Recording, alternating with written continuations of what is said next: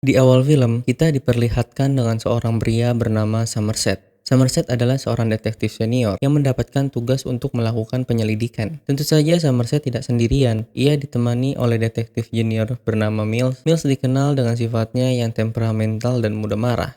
Detective Somerset? I'm Detective Mills. Pada hari itu, mereka berdua pergi ke tempat kejadian. Di sana, ia bertemu dengan polisi yang bertanggung jawab memeriksa keadaan korban dan ia mengatakan bahwa korban tewas karena serangan jantung. Tapi sebagai detektif, Somerset tidak langsung menyimpulkan penyebab dari kematian korban begitu saja. Mereka berdua kemudian memasuki rumah korban dan menemukan beberapa kejanggalan. Mills melihat banyak makanan kaleng yang sudah terbuka. Kemudian ember yang berisi muntahan makanan yang diduga itu berasal dari si korban. Ketika sedang memeriksa tubuh si korban, Somerset melihat tangan dan kaki korban diikat menggunakan kawat. Ia juga menemukan bekas luka di kepala korban, tetapi ia belum tahu pasti penyebab dari luka tersebut. Nothing's been touched. Everything's like I found it.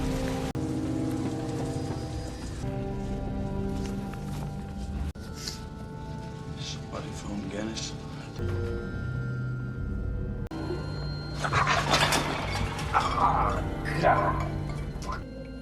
Whoops. Oh, yeah.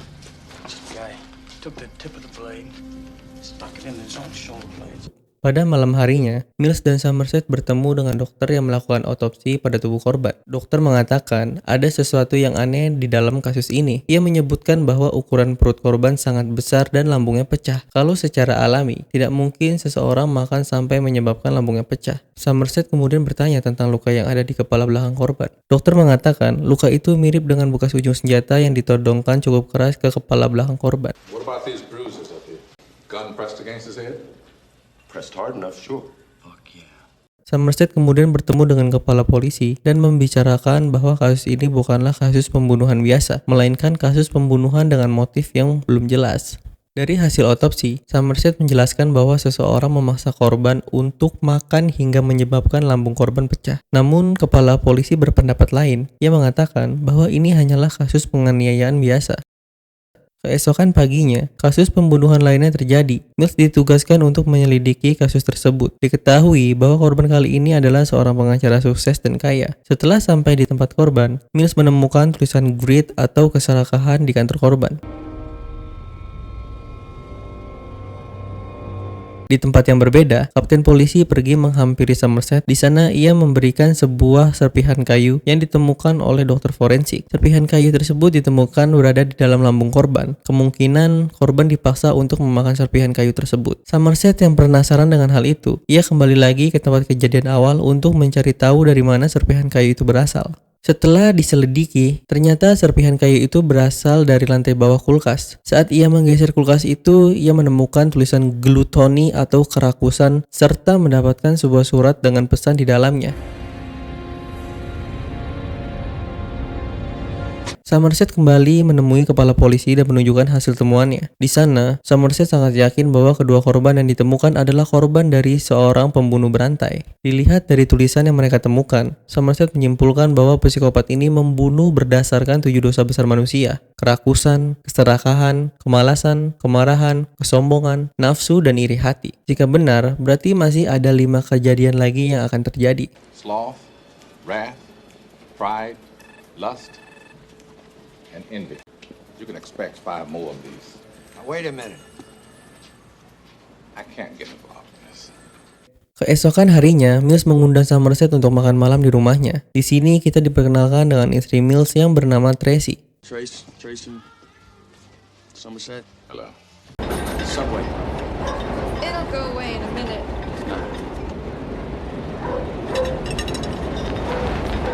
Setelah makan malam selesai, Somerset kembali meninjau hasil foto olah TKP pada kasus pengacara tersebut.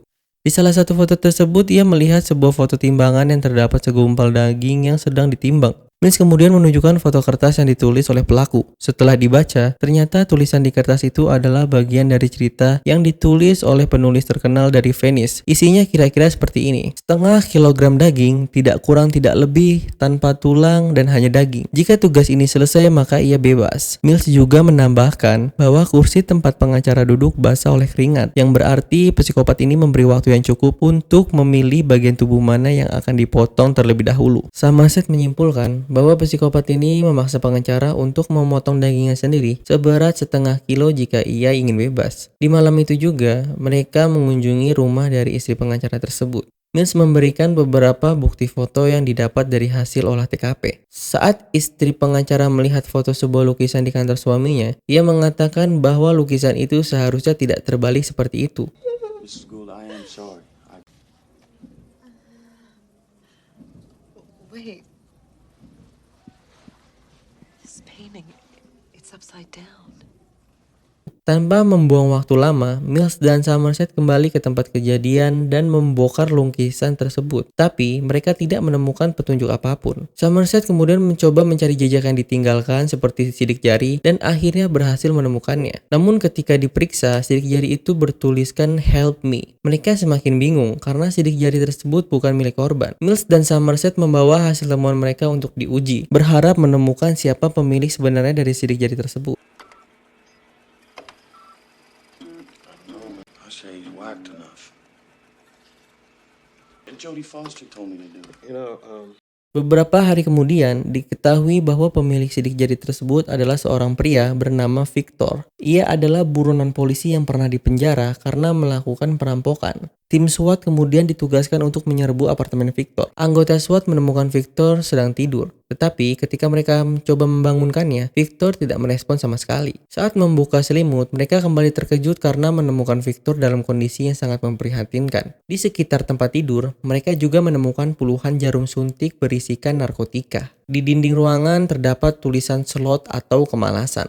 Mereka juga menemukan sebuah kotak berisi beberapa foto Victor. Setiap foto memiliki tanggalnya masing-masing. Somerset menduga Victor telah disiksa selama 1 tahun di ruangannya, dan pelaku mengambil foto Victor setiap hari sebagai dokumentasi. Orang polisi memeriksa kondisi tubuh Victor, dan tiba-tiba seluruh ruangan terkejut karena ternyata Victor masih hidup. Mills sangat emosi, merasa bahwa psikopat ini sedang mempermainkan mereka. This picture was dated 3 days ago. We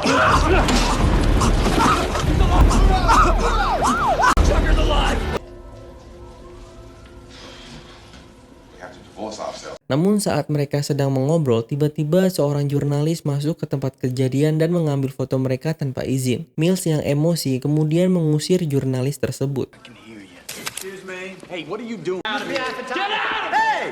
Get out! Jack! Jeez, fuck you! I got your picture, man! Oh, yeah? Fuck you! Singkat cerita, mereka memutuskan untuk membawa Victor ke rumah sakit. Dokter yang merawat Victor mengatakan bahwa ditemukan kadar narkotika yang sangat tinggi di tubuh Victor. Keesokan paginya, Tracy bertemu dengan Somerset dan mengatakan bahwa dirinya sedang hamil, tetapi tidak berani memberitahu Mills karena takut akan membuat Mills depresi. Somerset menyarankan agar Tracy memberitahu Mills tentang kehamilannya, karena bagaimanapun juga komunikasi adalah hal yang sangat penting dalam hubungan. David and I are gonna have a baby.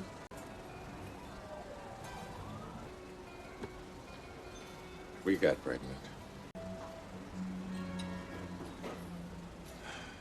Di kantornya, Somerset mulai memahami bahwa pelaku sebenarnya bukanlah orang sembarangan, melainkan seseorang yang sangat cerdas dan jenius. Hal ini terlihat dari cara pelaku menghubungkan semua kejadian pembunuhan dan pesan kutipan yang sengaja ditinggalkan di tempat kejadian.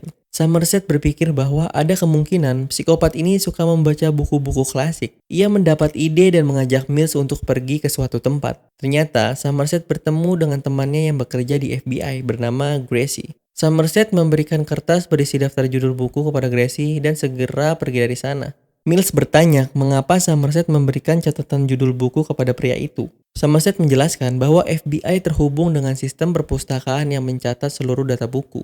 Jadi, ada buku-buku tertentu yang ditandai, salah satunya adalah buku tentang pembunuhan senjata nuklir dan hal-hal yang berbau kriminal. Siapapun yang membaca buku tersebut akan tercatat di komputer FBI. Tak lama kemudian, Gracie kembali dan memberitahu beberapa nama yang diduga telah membaca buku-buku tersebut. Di dalam mobil, mereka mendapatkan nama yaitu Jonathan Doe atau John Doe, yang telah membaca buku tentang 7 dosa besar manusia. Is that it? Yep. Right. Jonathan Doe. Whatever. Mereka segera merencanakan untuk menemui John Doe. Ketika Mills mengetuk pintu apartemen John Doe, tiba-tiba muncul seorang pria misterius yang menembaki mereka dari lorong apartemen. Mills kemudian mencoba untuk segera mengejarnya. Namun saat tiba di sebuah gang, Mills kehilangan jejak dari John Doe. Saat sedang mencoba untuk berpikir, tiba-tiba pria misterius itu memukul kepalanya Mills. Mills yang merasa sangat kesakitan mencoba berdiri, tetapi pria itu langsung mengarahkan senjata kepadanya. Di sini, Mills hanya bisa pasrah menghadapi kematian. Tetapi anehnya, pria itu justru meninggalkannya begitu saja.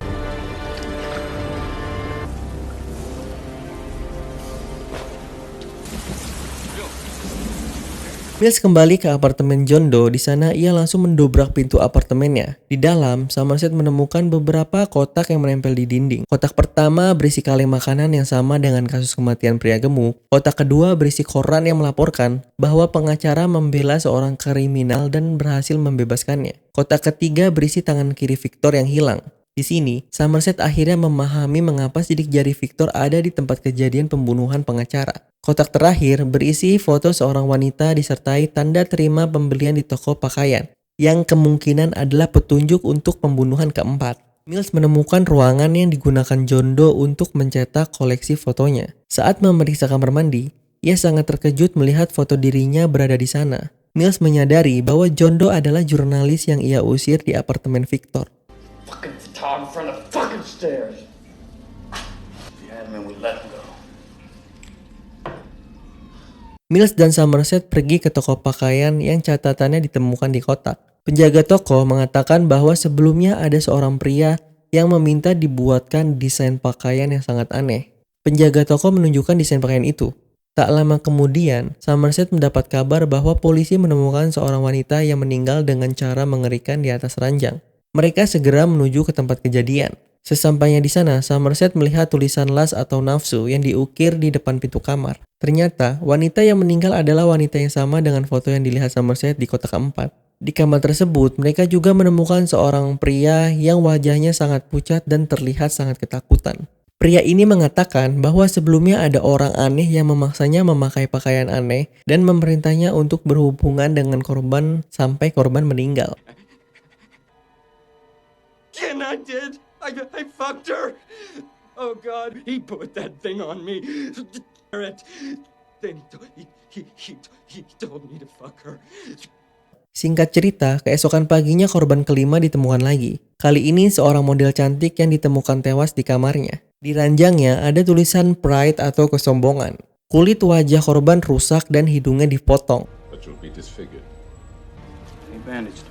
Telephone glued to the other. Mills dan Somerset kembali ke kantor polisi, tetapi mereka sadar ada seorang pria yang mengikuti mereka dari belakang. Pria itu kemudian memanggil mereka. Ternyata pria itu adalah Jonathan Doe, atau biasa dipanggil John Doe, psikopat yang sedang mereka cari. Mereka segera menangkap John, tetapi tentu ada alasan tertentu mengapa John menyerahkan diri begitu saja. Detective. No big surprise. You're looking for me. Diketahui, John telah memotong seluruh kulit ujung jarinya, sehingga detektif kesulitan menemukan sidik jarinya di tempat kejadian pembunuhan. Dari hasil pemeriksaan, diketahui bahwa John Doe adalah orang kaya dan berpendidikan tinggi. Somerset dan Mills merasa ada yang aneh. Tidak mungkin John menyerahkan dirinya begitu saja. Karena seharusnya masih ada 2 pembunuhan lagi untuk melengkapi 7 dosa besar manusia. Dugaan mereka benar. Pengacara John mengatakan bahwa masih ada 2 korban lagi yang disembunyikan. John ingin mengantar mereka ke lokasi korban selanjutnya, tetapi hanya Mills dan Somerset sajalah yang boleh mengantarnya. Jika mereka tidak setuju, John akan mengatakan di persidangan bahwa dirinya gila, dan pengacaranya menjamin bisa membebaskannya dengan pembelaan tersebut. Dengan berat hati, Mills dan Somerset pun setuju. Off the nipple, would it be covered by workman's comp? Hey man, best accidentally shave up.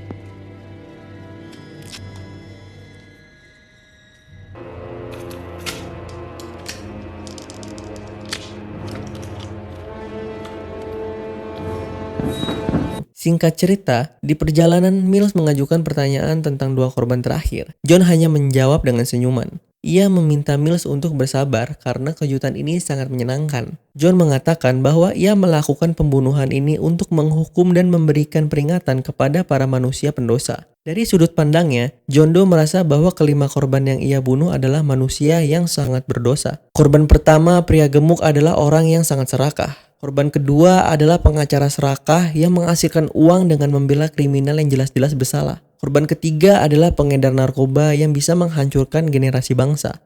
Korban keempat adalah wanita malam yang menyebarkan banyak penyakit. Korban kelima adalah wanita yang mengutamakan kecantikan fisik daripada hati.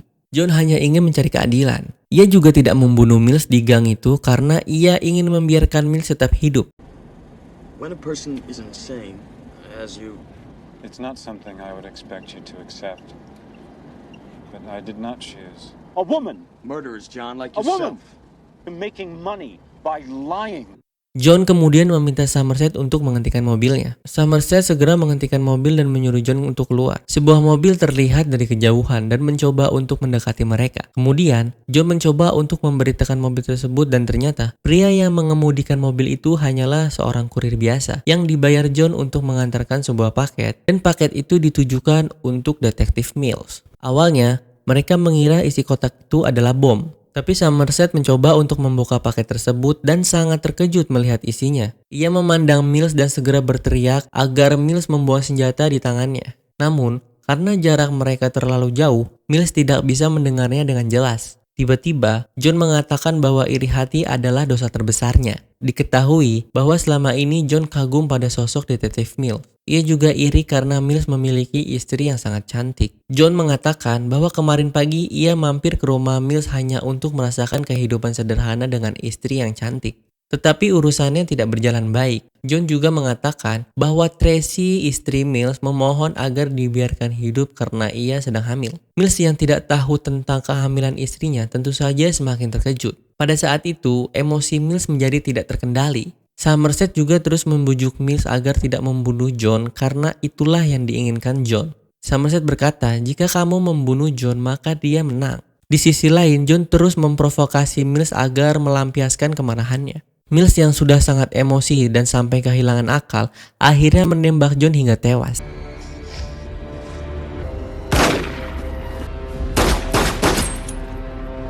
Di sini, Somerset kecewa dengan tindakan yang diambil Mills. Namun apa boleh buat, memang sangat sulit jika berada di posisi Mills. Akhirnya Mills pun ditangkap dan dihukum karena melakukan pembunuhan. Dan film pun selesai. Film Seven ini memang tidak menawarkan ending yang diharapkan oleh banyak penonton. Tapi menurut saya film ini cukup menarik. Karena menyajikan gambaran realistis mengenai kejahatan-kejahatan yang ada pada diri manusia. Dan juga membuktikan bahwa manusia mudah sekali tenggelam dalam emosi yang menuntunnya kepada perbuatan yang tidak diinginkan.